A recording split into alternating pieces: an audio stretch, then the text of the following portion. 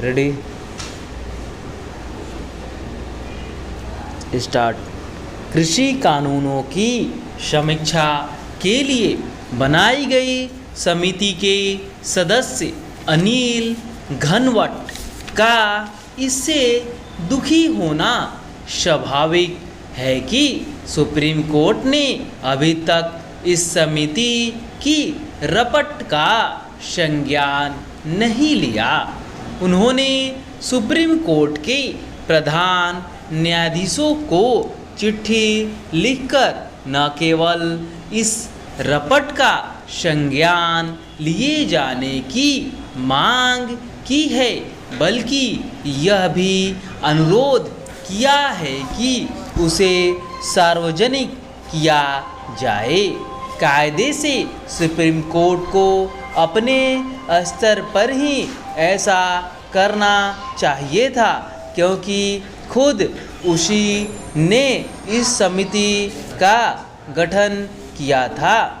कोई नहीं जानता थी कि तय समय में रपट तैयार कर सुप्रीम कोर्ट को सौंप दिए जाने के बाद भी उसका संज्ञान क्यों नहीं लिया जा रहा है। इस देरी का एक दुष्परिणाम तो यह है कि तीनों कृषि कानून लंबित पड़े हुए हैं और दूसरे किसान संगठन अपनी सक्रियता बढ़ाते चले जा रहे हैं।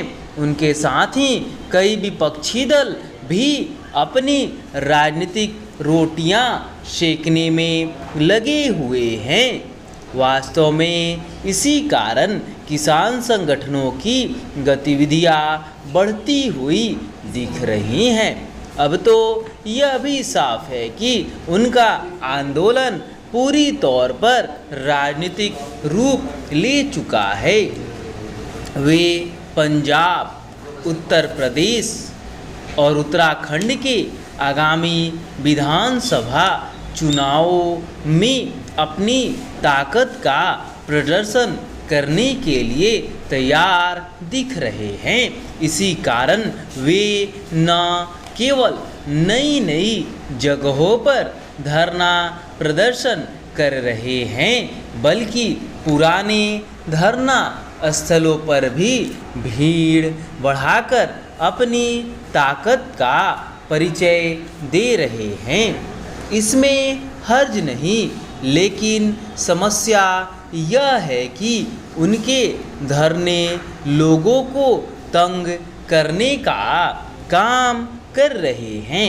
दिल्ली सीमा पर बीते 9 महीने से 3 स्थानों पर रास्ते बाधित हैं। इसके चलते हर दिन लाखों लोगों को परेशानी उठानी पड़ रही है। इससे सुप्रीम कोर्ट भी परिचित है, लेकिन पता नहीं क्यों वह बाधित रास्ते खुलवाने में दिलचस्पी नहीं दिखा रहा है। बीते दिनों ही उसने रास्ते खोले जाने की एक याचिका को सुनने से इनकार कर दिया। आखिर इसे किसान संगठनों के धरने से त्रस्त हो रहे आम लोगों की उपेक्षा के अलावा और क्या कहा जा सकता है। समझना कठिन है कि जिस मुद्दे पर जमकर राजनीति हो रही है और लोगों को परेशान करने वाले काम किए जा रहे हैं, उसे सुप्रीम कोर्ट हाथ क्यों नहीं लगाना चाहता। सुप्रीम कोर्ट के निर्देश पर गठित समिति ने अपना काम मार्च में ही पूरा कर दिया था, लेकिन 5 माह बीत जाने के बाद भी वह न्यायाधीशों की प्राथमिकता सूची से बाहर है।